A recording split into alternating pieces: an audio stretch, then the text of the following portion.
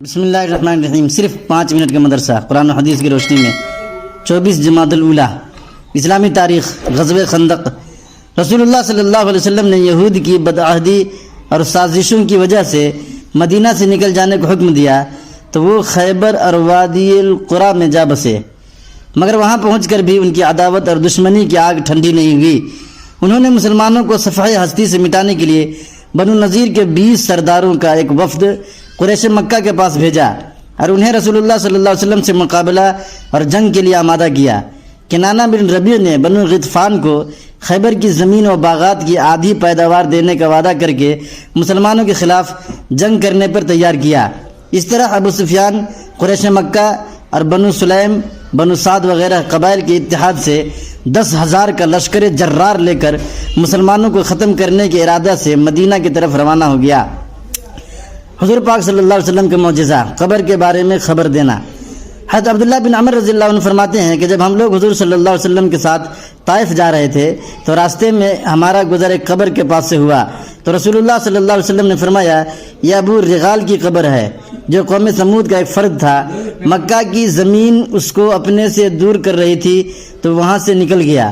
جب وہ یہاں پہنچا تو اس کو وہی عذاب آ پہنچا جو اس کی قوم پر آیا تھا اور پھر یہیں دفن کر دیا گیا، اور اس کی نشانی یہ ہے کہ اس کے ساتھ اس کی قبر میں سونے کی ایک ٹہنی بھی رکھی گئی تھی۔ اگر تم اس کی قبر کو کھودو گے تو وہ سونے کی ٹہنی ضرور ملے گی۔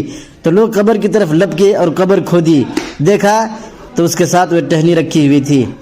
ایک فرض کے بارے میں وارثین کے درمیان وراثت تقسیم کرنا۔ رسول اللہ صلی اللہ علیہ وسلم نے فرمایا، مال وراثت کو کتاب اللہ کے مطابق حق والوں کے درمیان تقسیم کرو۔ مسلم شریف۔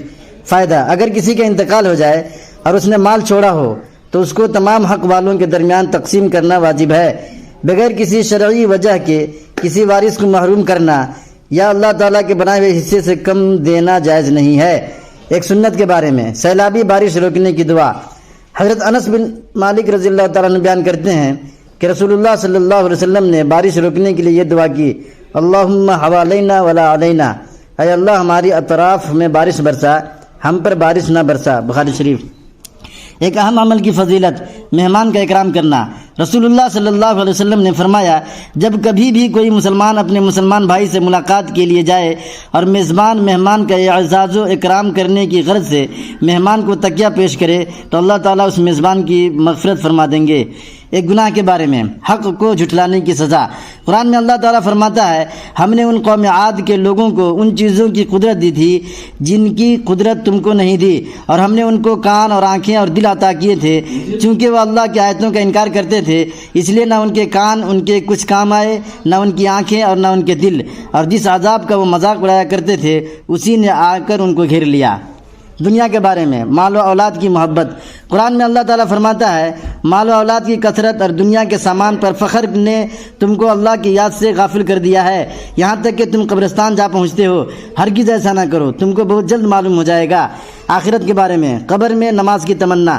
رسول اللہ صلی اللہ علیہ وسلم نے فرمایا، جب میت کو قبر میں رکھ دیا جاتا ہے تو اس کو سورج غروب ہوتا ہوا دکھائی دیتا ہے تو وہ بیٹھ کر آنکھیں ملنے لگتا ہے اور کہتا ہے، مجھے نماز پڑھنے دو۔ طب نبوی سے علاج، درد سر سے حفاظت۔ رسول اللہ صلی اللہ علیہ وسلم نے فرمایا، حمام غسل خانہ سے نکلنے کے بعد قدموں کو ٹھنڈے پانی سے دھونا درد سر سے حفاظت کا ذریعہ ہے۔